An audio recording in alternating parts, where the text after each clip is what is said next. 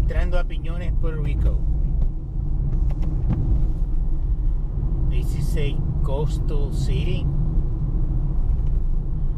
It's mostly black. Its inhabitants, most of them are descendants of slaves that ran away in the 18th and 19th century before the abolition of slavery. And this area was all mangrove. All this was covered in water. So they hid among the mangroves, so it was hard for them, for the bounty hunters, slave hunters, whatever you want to call them, to catch them. So a lot of them stayed here, but it was safe. So it's mostly now full of bars and restaurants.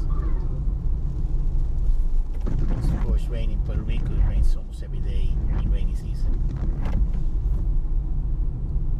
See, both businesses on both sides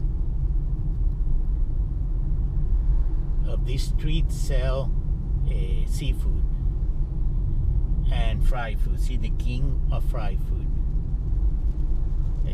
On Friday and Saturday and Sunday, this place gets jammed. Starts jamming, gets real packed.